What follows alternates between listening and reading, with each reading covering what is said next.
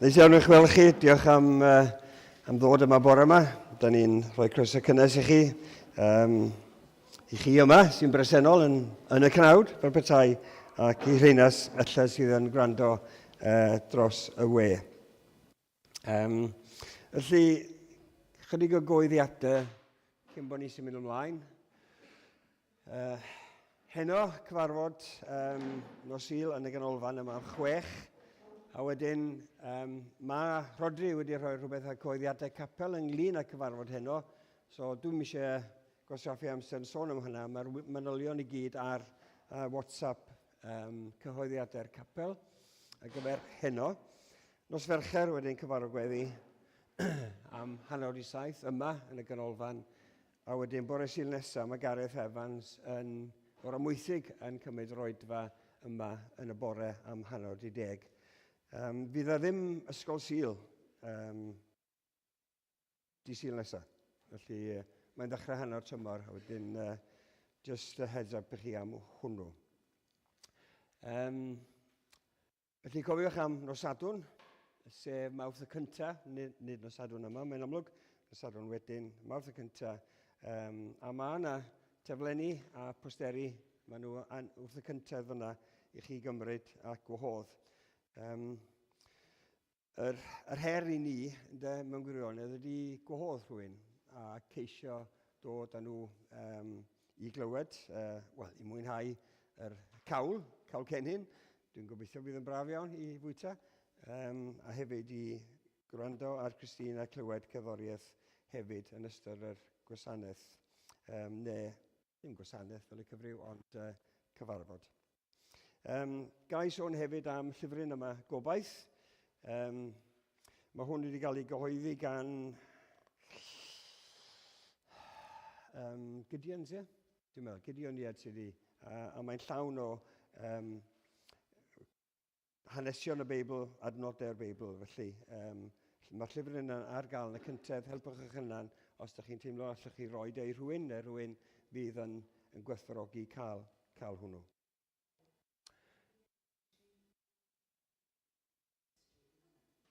Okay. Right, mae'r QR code fyna. Trwy'r QR code, da ni'n mynd i ffeindio allan faint sy'n dod. So mae hefyd yn ofynnol i chi, os ydych chi'n dod fel aelodau, i roi hwnna. Achos os na ydych chi'n rhoi hwnna fewn, bydd yna ddim digon o gawl i fynd y gwmpas. Felly rhowch y wybodaeth yna i fewn trwy'r QR code yna fyna. Diolch yn fawr iawn. Rhywbeth arall? Okay. A ni'n meddwl sy'n ni'n dechrau darllen gyda'n gilydd. Be dwi'n gobeithio sôn am y bore yma ydy gobaith a'r thema yna. A mae yna doreth o gyfeiriadau yn ysgrifennu am ein gobaith ni trwy'r arglwydd Iesu Grist. Ac o'n i'n meddwl falle sy'n ni'n sefyll ar y traed i ddarllen hwn, ac wedyn ewn ni ymlaen i ganu yr emyn gyntaf. Felly,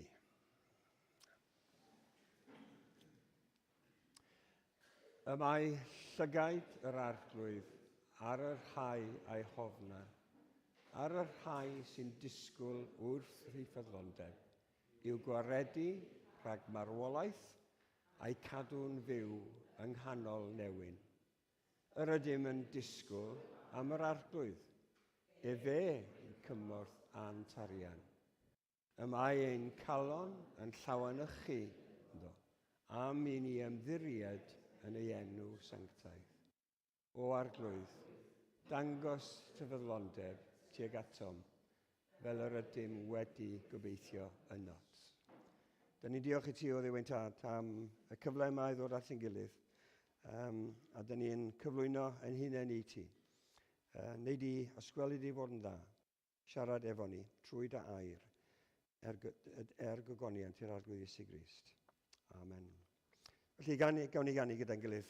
Pa fawredd yw'r gogoniant hwn, ddewisodd ddod yn ddim, cyfnewid gwyllter nef yn nef, am fyd mor dlawd a llwm. Daeth Duw yn un ohonom ni, tu hwnt i ddeall dyn, rhyfeddu mwy a wnaf bob tro y clywai'r hanes hwn. Diolch.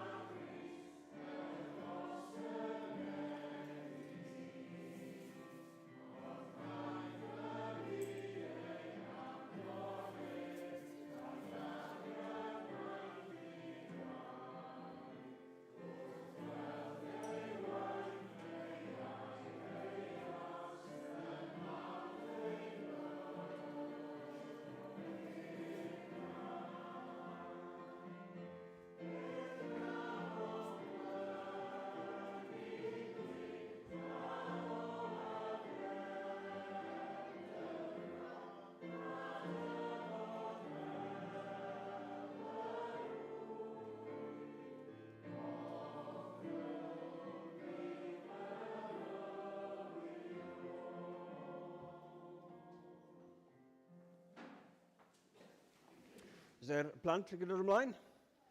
Sgwlch yn dda? Nes i gweld chi?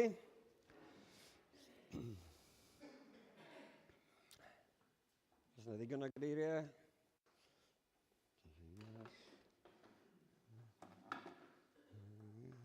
Da, ia, gwych.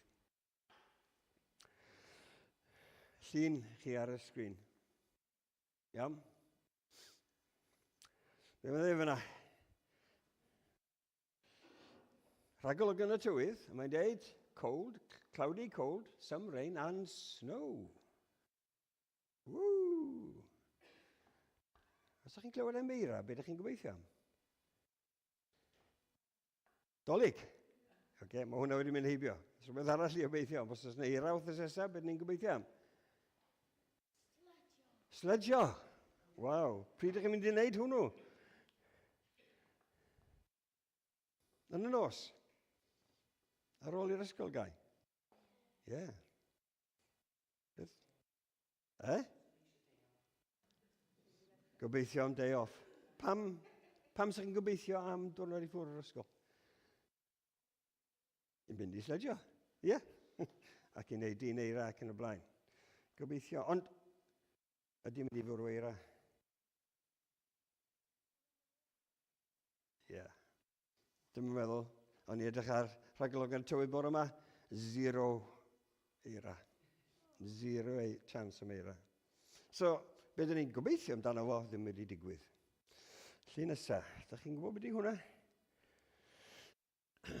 Ydych chi'n clywed sôn am rygbi, do? Chi'n clywed sôn am rygbi? Ie? Pwy sy'n chwarae rygbi? Ti'n chwarae rygbi? O, da iawn. Okay. Os na ryw dîm a chwarae rygbi? Wedi clywed am ryw dîm sy'n chwarae rygbi? Cymru? Ryw dîm arall? Na? Oce, gyda chi boeni amdano fo? Ia. Lloegr? Ffrainc? Eidal? Oce. Be di hanes rygbi, gêm rygbi yn erbyn Ffrainc? Colli. Yn erbyn yr Eidal? Colli. Oce, so mae gen i 3 tîm ar ôl i giro. Iawn? Iwerddon, yr Alban a Lloegr. Os dyn ni'n curo y 3 yna, dyn ni'n mynd i gael y goron trifflig. A dyn ni gyd yma'n gobeithio bod Cymru'n mynd i ennill. Oce? Fel o'ch chi'n gobeithio am eira, dyn ni'n mynd i obeithio bod Cymru'n mynd i ennill. Ydy hwnna'n mynd i ddigwydd?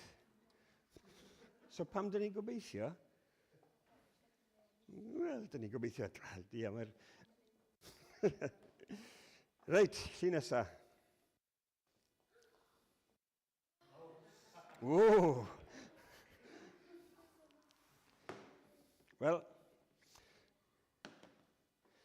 mae gen i fan hyn plat o Haribos.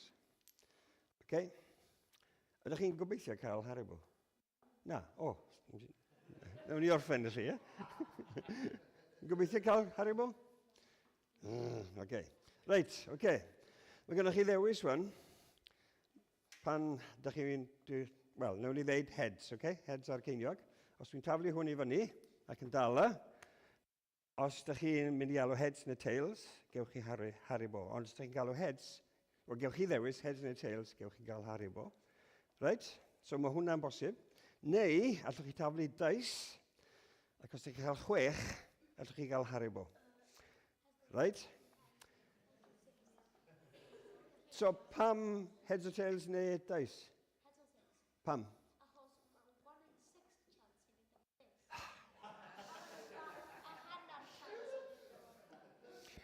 Da iawn. So, Mr Ifor Glyn yn prowd iawn o hwnna chi. Oce, nawn ni cychwyn fan hyn. Right?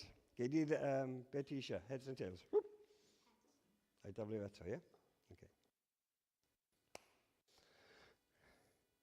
Heads. Haribo. Ti'n eisiau? Ti'n eisiau? Ti eisiau gael o allan? Heads neu tails? Heads. Oh, sorry. Tails. Ti'n cael cyfle da fan hyn. Heads and tails, sorry. Heads. Heads ydy o. Okay. Heads and tails? Tails. Sorry. Bywyd yn anodd ydy. Heads and tails. Ww. Fe bydd yn mynd am y lain. Heads. Haribo. Tails. Da iawn. Okay. Tails. Nath yn gweithio yna dda. Beth? Tails. So, mae rhai ohonoch chi wedi gobeithio, cael Haribo. Rheina sy'n heb cael Haribo, dwi eisiau chi wneud rhywbeth i fi wan ta. Right, gei di wneud gynta. Dwi eisiau ti taflu'r bêl na i fyny, ac os di'r bêl yn dod lawr, gei di Haribo. Iawn? Ti'n taflu bêl i fyny, a mae bêl yn dod lawr. Gei di Haribo.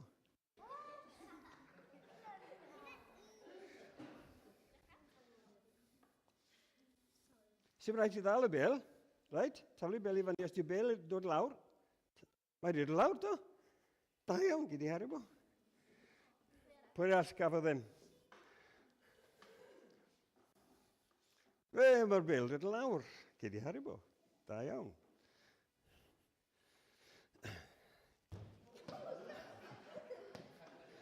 A mae bêl wedi mynd i fyny ac i lawr. Da iawn, gei di Haribo.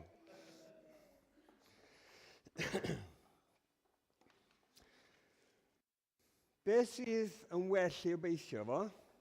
Cael rhywbeth os ydych chi'n taflu heads neu tails, neu dice, neu rhywbeth sicr, so pan ydych chi'n taflu bêl i fyny, mae'n dod lawr eto. Pa un sy'n well i obeithio yna fo? Taflu bêl i fyny. Pam?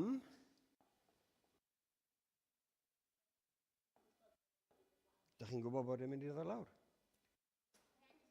Ia? Be? Wel, os ti eisiau mynd i rhywle lle mae gravity ddim yn gweithio, mae rhaid i mynd i spaceship i ffwrdd yn bell, yn does? Ie, na ni. Felly, be dwi'n trio deud ti, mi allwn ni obeithio am lot o bethau, a gallu defnyddio gair gobaith, a beth ni'n gobeithio am ddim yn digwydd. Hynny yw, allai obeithio, bydd Cymru yn ennill y Triple Crown. Ie, mi'n gobeithio. Ond dwi ddim yn meddwl bod e'n mynd i ddigwydd. Os wneith e ddigwydd, bydd e'n ffantastig. Bydd y newyddion trwy'r byd i gyd. Mae'n anhebyg o ddigwydd. So pan dyn ni'n sôn am gobaith, mae rhaid ni cael gobaith mewn rhywbeth sicr sy'n mynd i ddigwydd. Right, adnod i chi Iwan cyn bod ni'n mynd. A mae'n dweud allan i fynd, da ni'n gwybod y byddwn ni ddim yn cael ein siomi yn y gobaith yma. Da ni'n wedi cael y siomi, rhai o'ch chi wedi taflu tails ac ydych chi ddim Haribo. Da ni'n cael y siomi, right? Ond da ni ddim yn cael ein siomi am fod Duw eisoes wedi tywellt ei gariad yn ein colonna ni trwy roi'r ysbryd glân i ni. Wrth i ni gredu yn Duw, credu yn yr arglwydd Iesu Grist, mae Duw yn addo, a mae gobaith yn Duw yn sicr. Fel taflu pêl i fyny a mae'n mynd i ddod lawr, mae hwnna'n sicr o ddigwydd. A mae'r un peth, efo gobeithio yn Duw, yr un peth oherwydd bod Duw yn ffyddlon i'w air, mae'n mynd i gadw ei air, a mae'n sicr a gallwn ni obeithio yn Duw ac yn yr arglwydd Iesu Grist. Rhag ofn bod chi yn siomi mai dim ond un Haribo ydych chi wedi cael, gewch chi rai felly ar ddiwedd yr oedfa. Diolch am wrando, a gewch chi fynd yn ôl. Diolch yn fawr iawn.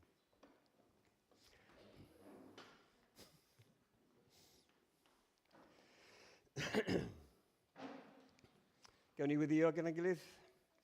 Diolch i ti o Dduw ein Tad am y gobaith sicr yna sydd gynno ni yn o ti ac yn yr arglwydd Iesu Grist. Diolch dy fod ti o Dduw yn Dduw sydd yn cadw dy air. Beth bynnag o ti yn ei addo, wyt ti yn ei gyflawni. A rho hyder rhoffydd i ni y bore yma, i gredu dy fod ti yn dduw felly, yn dduw sydd yn cadw ei air, ond hefyd y bod ni yn gallu ymddiried yn hwnnw. Ac yn y gobaith yna, cawn ni byth mo'n siomi. Felly, da ni'n cyflwyno hyn yn nawr i ti. Yn enw Iesu Grist. Amen. Da ni am ganu emyn arall sydd yn sôn yn Iesu Grist mae'n gobaith llwyr. Nid yn Tîm Cymru sy'n mynd i ennill y Triple Crown, ond yn Iesu Grist. Yn Iesu Grist mae'n gobaith llwyr. En unig bledia fi, gwawd y byd, y rhyddid yw yr iawn ar Galfari.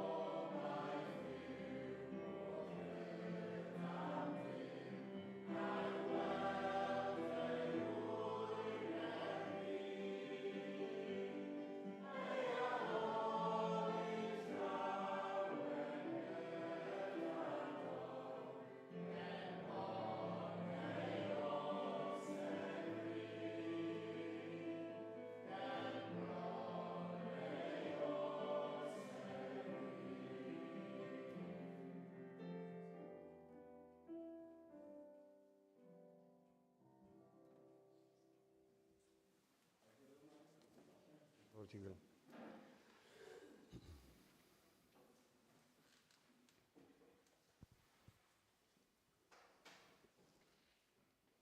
Iawn, daw'r darlleniad bore yma o lythyr cyntaf Pedr, y bennod gyntaf, adnodau 1 i 9.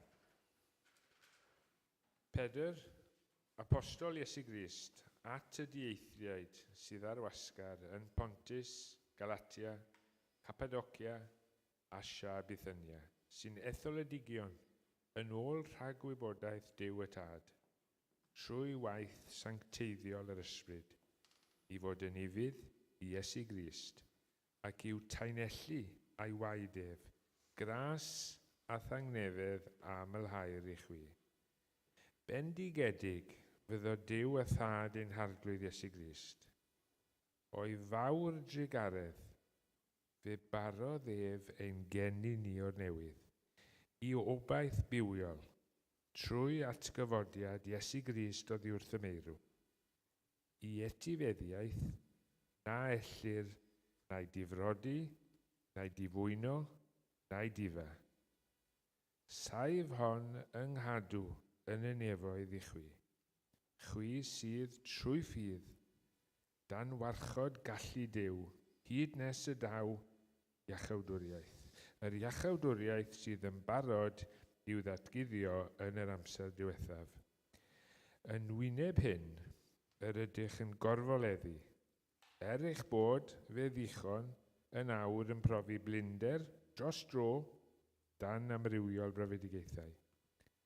Y mae hyn wedi digwydd mwyn i ddilysrwydd eich ffydd chwi, sy'n fwy gwerthfawr na'r aur sy'n darfod, ac y mae hwnnw'n cael ei brofi trwy dan, gael ei ymlygu mawl a gogoniant ac anrhydedd pan ddatguddir Iesu Grist. Yr ydych yn ei garu ef, na welsoch mohono, ac am eich bod yn awr yn credu ynddo, heb ei weld, yr ydych yn gorfoleddu a llawenydd anrheithadwy a gogoneddus wrth i chwi fedi ffrwyth eich ffydd, sef iachawdwriaeth eich eneidiau.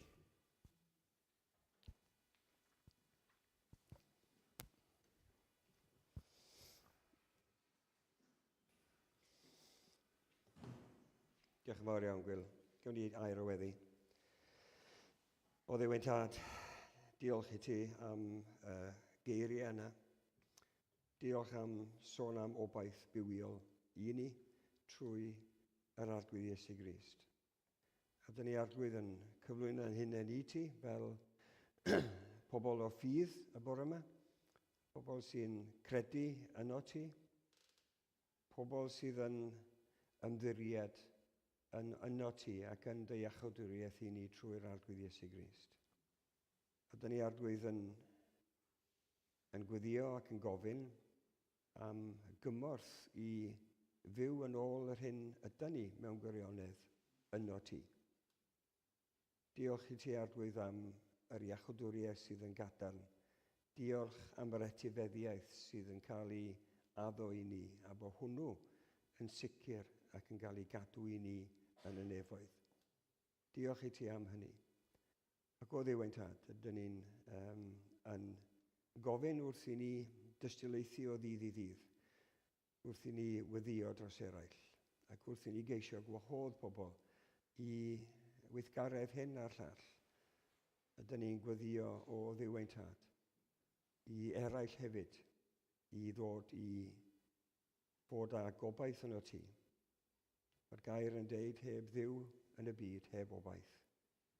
Felly o Dduw ein Tad, dyn ni'n gofyn am dy gymorth os gweld i fod yn da i wneud hyn. Bendithio ni nawr, bendithio'r plant wrth nhw fynd i'r ysgol Sul, ac wrth i ddosbarth wedi cael ei gynnal y bore yma yn barod. Dyn ni'n gweddio y bydd dy air di yn ein cynnal ni, dy air di yn ein bywhau ni, i ddod i gredu ac ymddiried yn yr arglwydd Iesu Grist. Derbyn nawr ein diolch. Amen. Gawn ni ganu ein emunesa felly trydydd emyn. Yng Nghrist ei hun, mae'n gobaith i ef yw fy hael, fy nerth, fy nghan. Mae'n gongol fain, mae'n dir mor gryf, craig i mi mewn dŵr a than. Dych chi'n sylwi ar y darluniau sy'n dod allan yna, congol fain, adeilad efo sail, craig rhywbeth cadarn, a mae hynny be mae Iesu Grist i ni wrth i ni gredu ynddo fo. Diolch.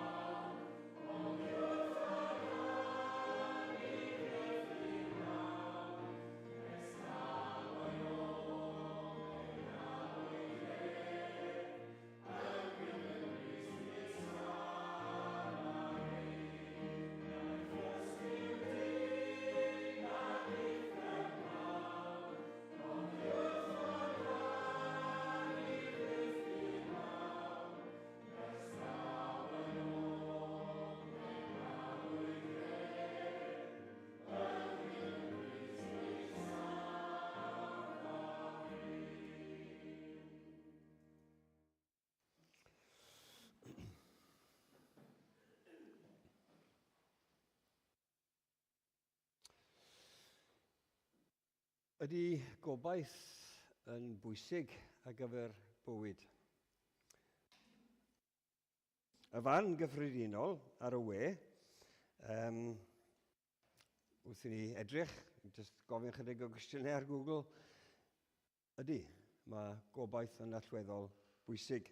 Mae yna un ddyn o enw'r Hal Lindsay, yn Gristio mae'n debyg, nid bod ni'n bosib y cyntudo pob beth oedd yn deud.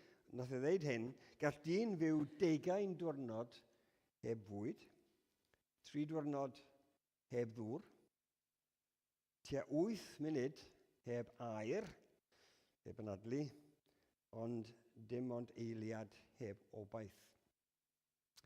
Beth bynnag ydych chi'n gwneud hynny? Dwi'n weithio yn helpu allan efo Christians Against Poverty, a maen nhw'n deud wrth i berson cael a ffordd allan o ddyled, mae gobaith yn helpu rhain sy'n mewn dyled i weld bod arferiad yn bosibl.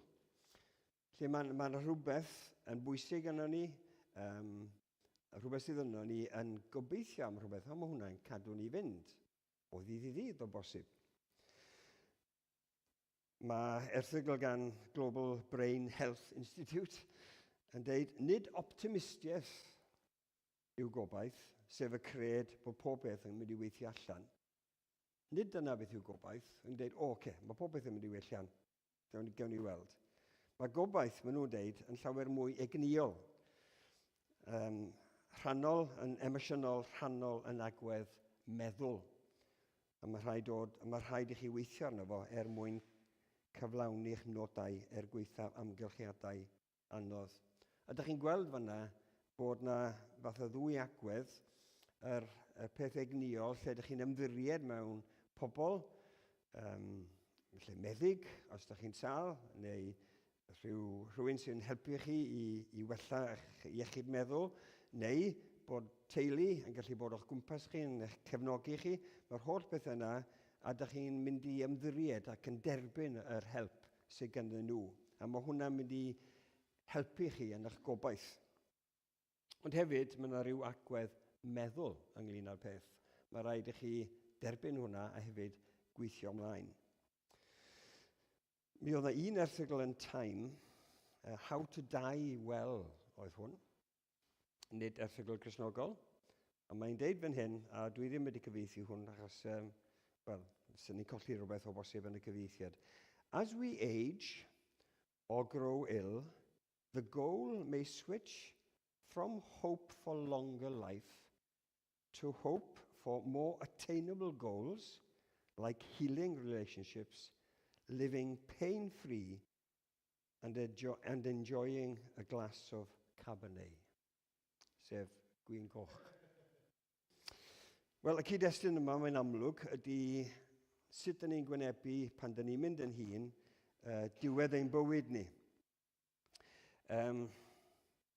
Sut i gael y gorau o'r amser sydd ar ôl. A mae'n amlwg bod yn marn rhai, mae gwin coch yn chwarae rhan bwysig. A tydi ddim yn surprise, nac di, wrth i ni edrych ar wefannau secular, bod na ddim sôn am obaith y tu hwnt i farwolaeth. Y bedd yw'r diwedd. Dyna y gred gyffredinol. A dyna sut mae bobl yn byw. Dwi'n trio wneud y gorau sydd ohoni yn y byd yma. Dwi'n cael allan beth sy'n digwydd wedyn. Achos maen nhw'n deud, dyn ni ddim yn gwybod.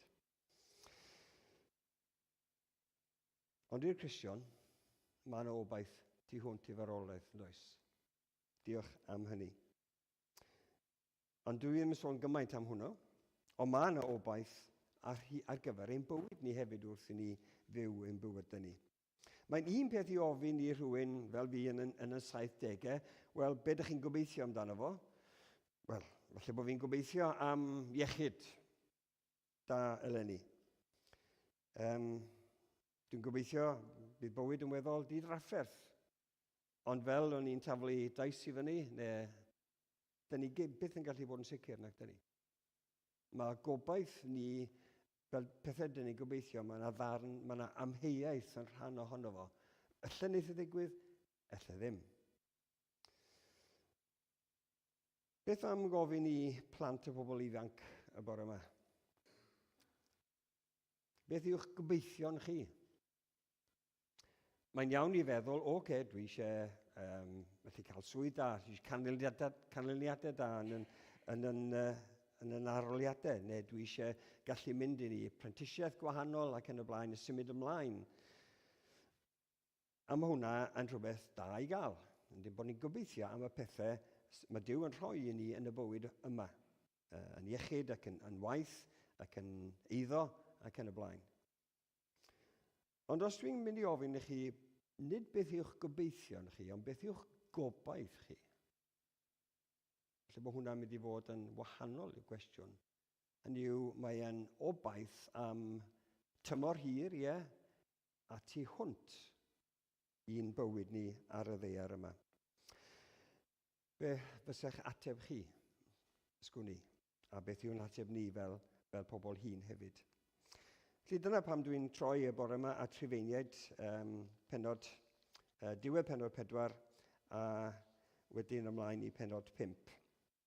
Ac mae yna chydig o nodau o ddiwedd penod 4 fan hyn. Yn y penod yma mae Paul yn disgrifio Abraham a ffydd oedd gynno fo yn Niw. A mae Paul yn deud, wel, mewn pwy neu pwy oedd Abraham yn gobeithio. A mae'n deud i grynhoi adnodau 17 i 22 cyn yr adnodau yma, bod Abraham yn credu y byddai Duw yn cadw i air. Yn y Duw sy'n gwneud y meirw'n fyw ac yn galw i fod yr hyn na Dyw'n bod. Duw wedi creu'r cyfan. Duw yn cynnal y cyfan. Abraham yn credu yn y Duw yma. Ac mae'n deud, credodd Abraham efo gobaith y tu hwnt i obaith. Oherwydd yn y sefyllfa oedd Abraham yn efo ar hyn o bryd, ar y pryd yna, oedd e'n disgwyl am plentyn, oedd e'n gobeithio am plentyn i gario ymlaen y teulu, ond oedd e'n hen. At yng ngolwg Abraham oedd e'n amhosibl. Ond mi gyflawnodd Duw ei air. Rhywbeth tebyg, sefyllfa tebyg gyda Elizabeth yn Luc yn y Testament Newydd, pan mae'r angel yn dod i'n weld ac Elizabeth. Hi hefyd y tu hwnt i oedran geni plentyn. A dyma beth oedd yr angel yn deud wrth Elizabeth, oherwydd ni bydd dim yn amhosibl gyda Duw. Dyna y Duw dyn ni'n credu ynddo fo ac yn ymddiried ynddo fo. Y Duw sydd yn gwneud y tu hwnt i be dyn ni yn gallu credu ynddo fo. Ti'n iawn yna? Popeth yn iawn, oce. O'n i'n meddwl bod y ffion yn edrych ar y sbectol, i bod y sbectol i'n siarad efo hi.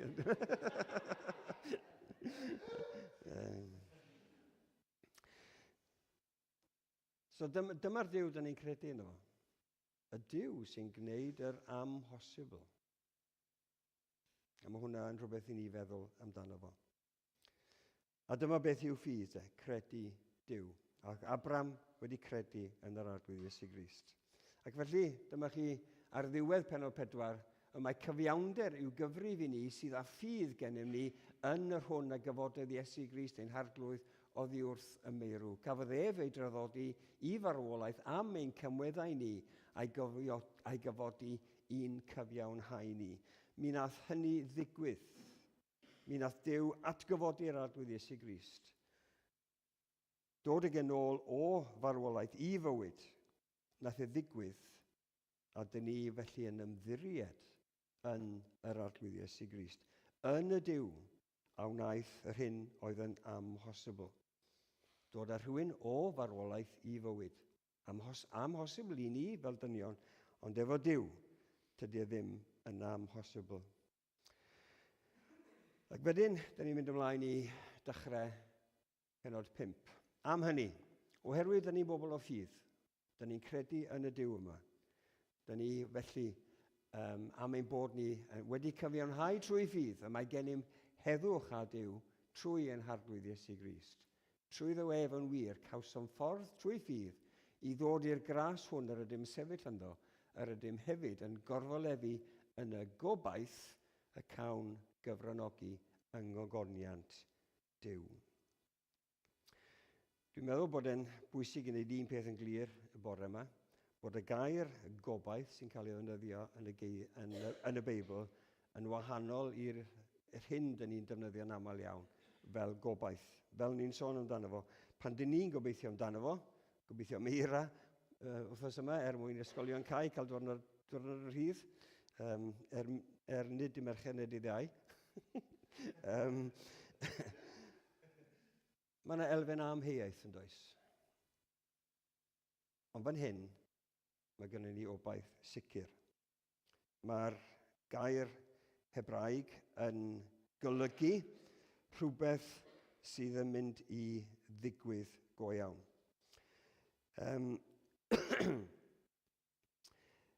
Mae'n air sy'n cyfleu a joyful and confident expectation o bod yna rhywbeth yn mynd i ddigwydd.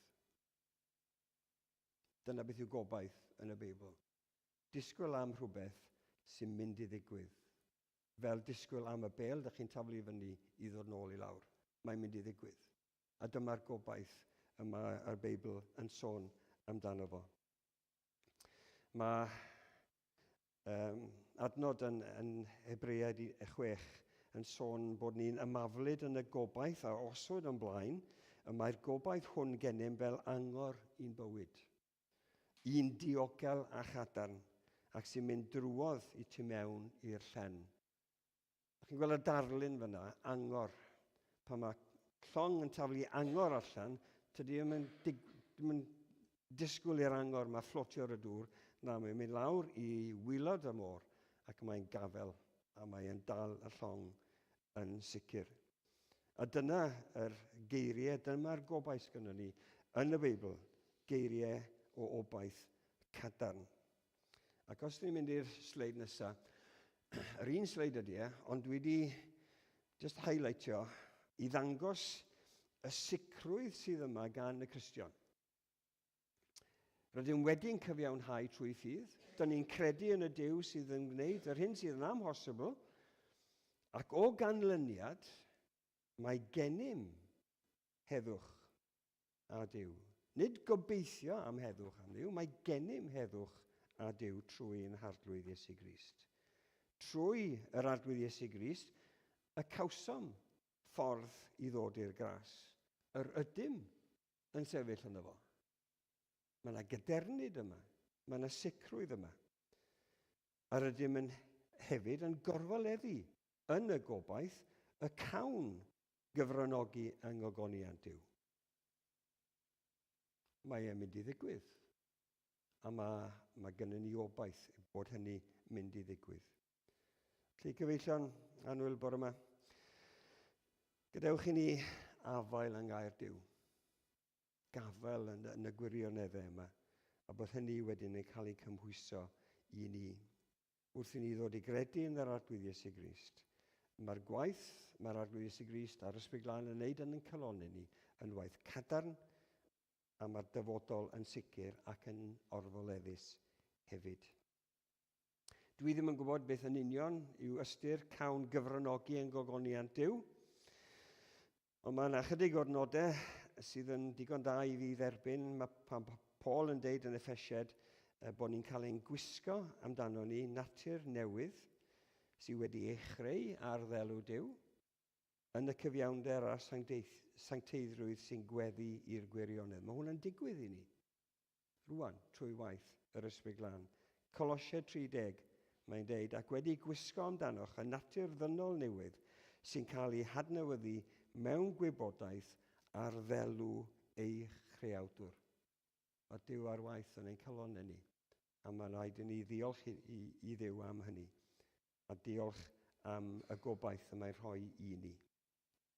Ond dwi eisiau symud ymlaen i'r sleid nesaf, oherwydd mae'r geiriau nesaf yn dod â ni i sefyllfa chydig bach yn wahanol. Wrth i ni ddarllen yr adnodau yma, heblaw hynny, a mae'n sôn am y gobaith sydd gyda ni, heblaw hynny, yr ydym hyd yn oed yn gorfoleddu yn ein gorthrymderau. Oherwydd mywyddo mai o thrymderau daw gallu'r ymddal, ac o'r gallu ymddal daw rhyddin cymeriad, ac o gymeriad y daw gobaith. Mae yna rhyw gylch yn digwydd yn hyn, does? Mae yna camau yn digwydd o un i'r llall. A beth sy'n dod yn amlwg fan hyn ydy gorthrymderau. Mae Gwyl wedi darllen y bore yma o geiriau Pedr, lle mae'n deud bod Cristnogion y pryd hynny, a rwan hefyd, yn profi blinder dros ro dan amrywiol brofedigaethau. Mae pawb yn mynd trwy problemau.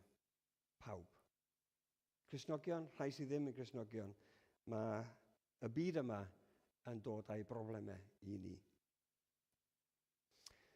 Mae adnod yn Psalm 90 sydd yn siwtio fi i'r dim. 10 mlynedd a 30 yw blynyddoedd ein heinios, neu, hynny yw 70 i rhai sydd ddim yn gallu cyfri gyfer cystal, neu efallai 40 trwy gryfder. Dyna'r addewid. Dyn ni'n mynd i fyw 70-80 mlynedd. Ond mae'n deud hefyd, ond mae hyd ei faich yn flinder, a'n heibion fian ac ehedwn ymaith. Dyna reality bywyd i chi ac i fi, ac i bawb mewn gwirionedd. Mae yna broblemau, mae yna anawsterau, mae yna blinderau ar gael.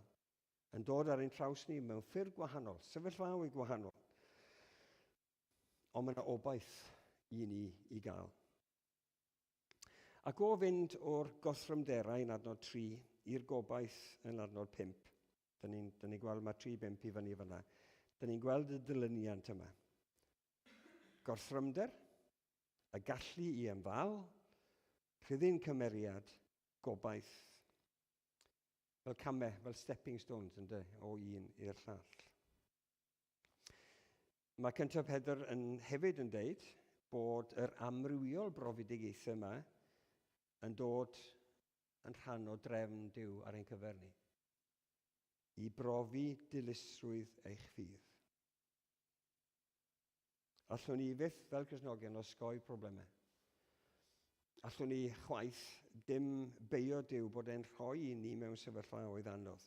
Oherwydd mae yna fwriad gan Duw yn yr gorthrymderau yma, yn y problemau yma, i'n tyfu ni fel Cristnogion. Mae'r ffydd yn sail, ond mae yna thrymder yn dod yn rhan o hynny. Mae'r arglwydd Iesu Grist hyd yn oed yn dweud yn y byd gythrymder y gewch, ond codwch eich calon yr wyf wedi gorchfygu'r byd. Dyna chi obaith sydd yn dod o eiriau Iesu Grist. Felly, mae problemau gorthrymder dioddefaint rhan annatod o fywyd. A dyn ni'n profi'r un peth a pawb arall, fel dwi'n newydd ddeud. A phethau gwaith weithiau oherwydd y ffydd, dyn ni'n gwybod yr hanesion sydd wedi bod. Ond mae'n bwysig bod ni fel Cristnogion yn delio yn dda gyda profiadau anodd bywyd. A mae'r Beibl yn rhoi nifer o gyfeiriadau ni'n wneud hyn, lle mae llawenydd a gorfoledd yn cysylltu gyda dioddefaint. Felly, i grynhoi beth sy'n mynd i ddigwydd nesaf, dwi'n wneud chydig o bwyntiau. Fel Cristnogion, mae rhaid i ni dioddef yn dda. Wedyn, yn sydyn iawn, byddwn ni'n symud ymlaen i byddwn ni'n dyfalbarhau at y diwedd. Ac wedyn, mae cymeriad yn datblygu a mae hwnna wedyn yn rhoi ni derbyn gobaith. Felly, dioddef yn dda. Os ydych chi'n meddwl am un cymeriad nath dioddef yn y Beibl, a hwnnw di Job, ynde? Ac jyst i grynhoi, Job wedi colli'r cyfan. Ei deulu, ei blant, ei eiddo ac yn y blaen. Ond dwi jyst eisiau rhestru beth nath Job yn y sefyllfa yna. Y peth gyntaf nath Job ddim oedd beio Duw. A mae hwnna, dyn ni'n clywed yn aml iawn, bod profiadau anodd yn dod ar draws pobl a maen nhw'n dweud dwi'n beio Duw am hynny. Pam mae Duw wedi caniatáu y fath beth i ddigwydd. nath Job ddim wneud hynny. Wel, nath Job wneud mwy na hynny. Yn hytrach na dim be o Duw. Yn Job 19, mae'n dweud, canys my fi o'n fy mod fy mhrynwr yn fyw. Ac ysaf yn y diwedd ar y ddear. Ac ar ôl fy nghroen i bryfed i fetha'r corff hwn, eto caf weld Duw yn y cnawd. O gan Job obaith. Nath e ddim be o Duw, ond oedd e'n gobeithio yn Duw. Nath Job gwrthod cyngor ei ffrindiau honedig. Oedd yn trio cael Job i feio ei hun am y broblemau. Nath Job hefyd cydnabod bod dyn yn gyfyngedig, dyn ni'n gyfyngedig ein nerth a'n dealltwriaeth, a mae Job yn cymharu yn pennod 14 ei fywyd fel dyn. Pan mae dyn yn cael ei dorri lawr, does dim byd ar ôl. Pan ydych chi'n torri coeden lawr, mae'n gallu dod yn ôl yn fyw. Mae Job yn dweud, sgen i ddim control am hynny o gwbl. Mae hwnnw yn lwylo rhywun arall. Hefyd nath Job cydnabod bod rhai pethau y tu hwnt i reolaeth o. A mae rhaid i ni dderbyn hynny hefyd yn does. Mae yna rai pethau tu hwnt i'n reolaeth ni. A mae rhaid i ni roi hynny i Dduw ac ymddiried hynna i'r Duw byw. Yn pennod 36, mae'n dweud, sylwa mor aruchel yw Duw yn ei nerth. Pwy sydd yn dysgu fel y gnau ef? Pwy wylia arno ef yn ei ffordd?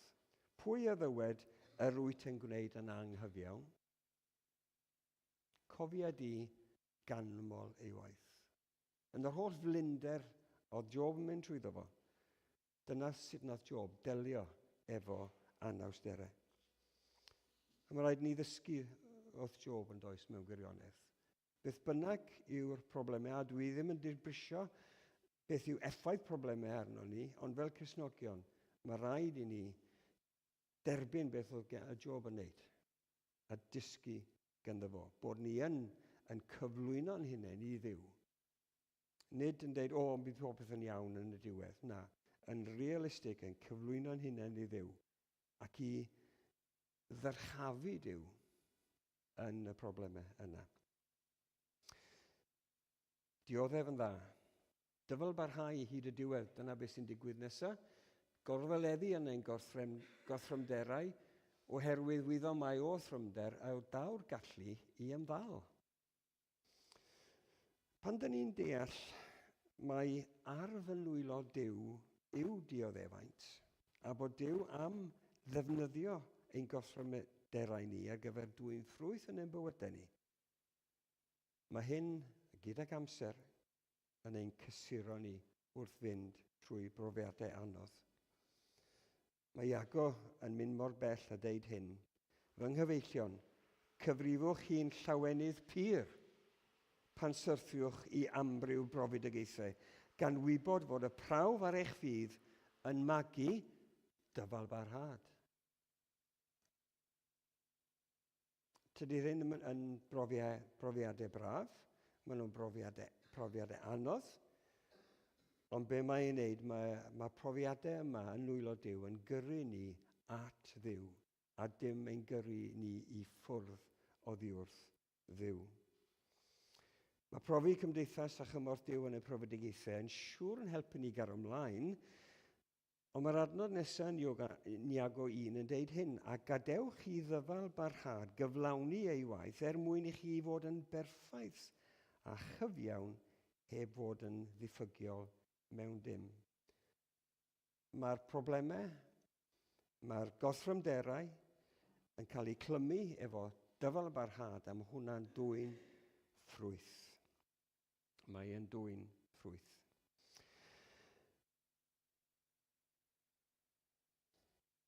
Dwi'n meddwl dylwn ni symud ymlaen chydig bach. Mae gen i un darlun ddys i dod ar draws. Dwi eisiau dychmygu sosban o ddŵr. Mae dŵr na'n berwi. A ydych chi'n rhoi wy yno fo, a ydych chi'n rhoi taten yno fo. Beth sy'n digwydd i'r wy yn y dŵr poeth? Mae e'n mynd yn galed. Mae'n caledu ac yn caledu ac yn caledu. Beth sy'n digwydd i'r daten? Mae'r daten yn meddalhau, yn meddalhau, yn meddalhau. A mae hwnna gallu bod yn ddarlun i ni mewn gwirionedd pan mae Duw yn mynd â ni trwy profiadau anodd. Beth yw'n ymateb ni? Sut yw'n ymateb i be mae Duw yn ei wneud? Ydyn ni'n caledu? Ydyn ni'n beio Duw? Ydyn ni'n troi i ffwrdd oddi wrth Duw? Neu ydyn ni'n meddalhau a gadael i Dduw wneud ei waith yn ein colonnau ni? Spurgeon efo darlun tebyg. The same sun, iddo fo. Y darlun ar bod yr haul, yr un haul, yn gallu cael effaith ar cwyr, sy'n meddalu'r cwyr, neu ar glai, sydd yn caledu'r glai. A mae'n bwysig yn tydi mewn gwirionedd, pan dyn ni'n mynd trwy problemau, pobl o ffydd, sut dyn ni'n ymateb? Sut mae pobl eraill yn gweld ni wrth i ni fynd trwy'r hyn sydd yn anodd i wneud? Bod ni'n caru Duw, bod ni'n clodfori Duw. Ac eto, dyn ni'n derbyn bod gwaith Duw ar ein bywydau ni yn ein newid ni i ddod yn agosach ato fo. Wel, dyn ni'n dyfalbarhau yn hynny, dyn ni'n cario ymlaen. A dwi'n eisiau gwneud mwy na hynny, ond dyna beth mae'r gair yn dweud. Wrth i ni fynd trwy brofau, dyn ni'n dyfalbarhau a bwrw ymlaen efo Duw. Mae temptasiynau yn mynd i ddod. Mae pobl fel ffrindiau Job yn mynd i ddeud pethau gwahanol, ond dyn ni'n bwrw ymlaen. Dyn ni'n bwrw ymlaen efo'r wirionedd. Ac wedyn y cam ola ydy datblygu cymeriad.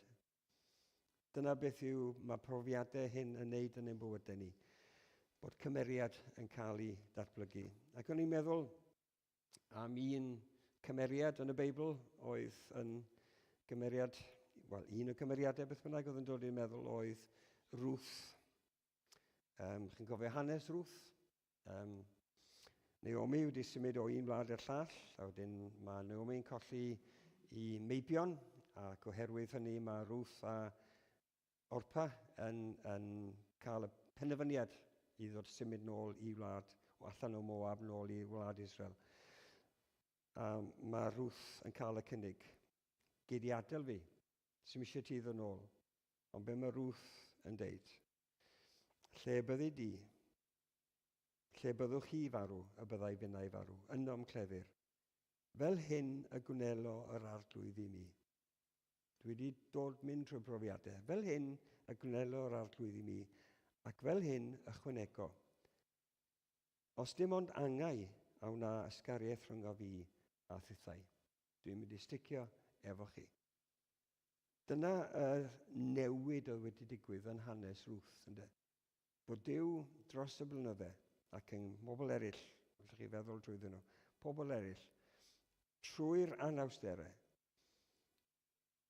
sydd yn cael ei wreiddio mewn ffydd, ac sy'n rhoi gobaith i ni, ond trwy'r anawsterau yna, mae Duw yn caniatáu i ni i dyfu ac i feddalu fel pobl. Pobl sydd yn dod yn agosach ar Duw a dim yn pellhau oddi wrth Dduw. Pwyso ar Dduw, agosau at Dduw, bwrw ymlaen gyda Duw. A mae Duw yn neud ei waith trwy'r ysbryd glân yn ein bywydau ni. I'n gwneud ni yn dybycach i'r arglwydd Iesu Grist. Dyna beth sy'n digwydd. Felly newch chi ddim o'i weld e. Felly bydd pobl eraill nhw'n weld e. Ond dyna beth yw bwriad Duw. Trwy iddo cael yr ysbryd glân yn ein bywydau ni. Bod ni yn dod yn dybycach i'r arglwydd Iesu Grist. Ac yr ydym ni gyd, heb orchydd ar ein wyneb, yn edrych fel, mewn drych ar agoniant yr arglwydd, ac yn cael ein trawsffurfio o ogoniant i ogoniant yn wir lun ohono ef, dod yn dybycach i'r arglwydd Iesu Grist. A ni sy'n gwneud hyn? Nage. A gwaith yr arglwydd, yr ysbryd yw hyn, yr adnod yna o 2 Corinthiaid 3. Felly, cymerwch gysur bore yma. Pobl y ffydd, mae gennym ni obaith. Mae yna problemau mynd i ddod ar ein traws ni. Nid mynd i, mae nhw wedi, a mi ddod nhw hefyd. Ond sut ydyn ni'n mynd i byw trwy'r profiadau yna? Ein bod ni'n dioddef yn dda, bod ni'n dyfalbarhau, bod Duw yn newid ni fel cymeriadau i fod yn debycach i'r arglwydd Iesu Grist. Ac wedyn, ar y diwedd, ac o gymeriad y daw, gobaith. Dyn ni'n nôl i'r gobaith oedd gynnon ni ar y cyntaf. So mae'r gobaith yna yn tyfu wrth i ni fynd trwy brofiadau gwahanol. Ac adnod 5. Oes na un sleid ar ôl hynny? Oes. A dyma obaith na chawn ein siomi ganddo. Oherwydd y mae Duw wedi ei dywallt yn ein colonnau trwy'r ysbryd glân. A mae ef wedi ei roi i ni. Flipio coin, heads neu tails. Mae siomedigaeth yn dod. Taflu pel i fyny, mae'n mynd i ddod lawr. Mae hwnna'n mynd i ddigwydd. A dyma be mae Duw yn rhoi i ni. Mae'n rhoi gobaith sicr i chi a fi. Nid gymaint yn y byd yma. Oes, mae yna gymorth i gael yn y byd yma. Mae Duw yn ei newid ni ac yn tyfu ni. Ond hefyd mae gennym ni obaith am yr hyn sydd i ddod. Dyn ni'n bobl sydd yn byw ar y ddaear yma, ond edrych ymlaen at nefoedd a daear newydd. Adnod yn Rhufeiniad 15, adnod 13. A bydded i Dduw ffynhonnell gobaith, dyna lle mae'n gobaith ni yn yw, eich llenwi a phob llawenydd a thangnefedd wrth i chi arfer eich fydd. Nes eich bod, trwy neth yr ysbryd glân, yn gorlifo a gobaith. Dyna math bobl dylen ni fod. Mae'n un peth deud o, mae'n peth arall byw o. Ond mae gennym ni y fath sail yn does i'n gobaith sicr ni yn yr arglwydd Iesu Grist. Ond ni'n trio meddwl am emyn i orffen. Mi ddes i ar draws yr emyn yma'n Saesneg, a dwi'n gwybod felly fydd na rhywun yn dymuno cyfieithu hwn rhywbryd. There is a song, I know it well, a melody that's never failed. On mountains high, in valleys low, my soul will rest, my confidence in you alone. Hope has a name. His name is Jesus. My Saviour's cross has set this sinner free. Hope has a name. His name is Jesus. Oh, Christ be praised. I have victory. There is a light, salvation's flame. Christ undefeated, trampled the grave. See now the cross be lifted high. The light has come, the light has won. Behold the Christ. There'll be a day, my hope complete. Now, home in glory, your face I'll see. My pain no more, my fear will cease. I bow my life, I fix my eyes on Christ, my King. Hope has a name. His name is Jesus. Ond dyn ni ddim mynd i ganu'r emyn yma. Dyn ni'n mynd i ganu emyn arall. Dwi'n credu bod ni wedi canu hon o'r blaen. Felly mae'n mynd i fod yn chydig o ddysgu can newydd a hefyd di'r geiriau efo ni. Mor fawr yw'r bwlch fi rhwngom. Felly, allwch chi edrych ar y geiriau. Os ni'n mynd ymlaen i'r un nesaf, mae yna bennill arall. Bennill arall, a wedyn mae yna gitgan. Iawn.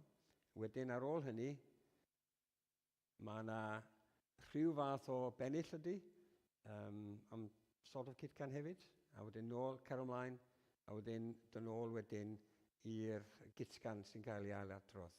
So, ydych chi'n sylwi weithiau, mae yna times 2, mae hwnna'n golygu bod ni'n canu efo ddwywaith. Os dyn ni'n efo'n gilydd, ti'n oce efo hwnna? Sut ti'n canu'r chwarae'r bennill gyntaf drwodd? I ni. Dim canu, gyd i chwarae.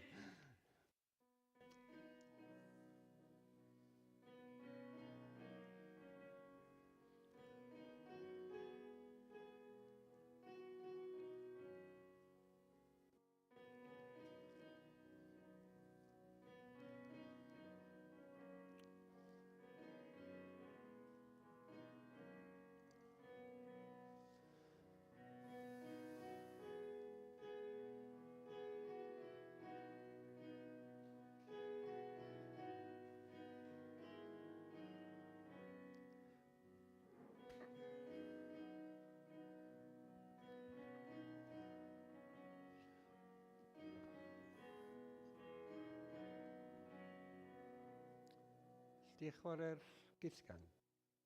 Ti'n dweud githgan? Hallelujah.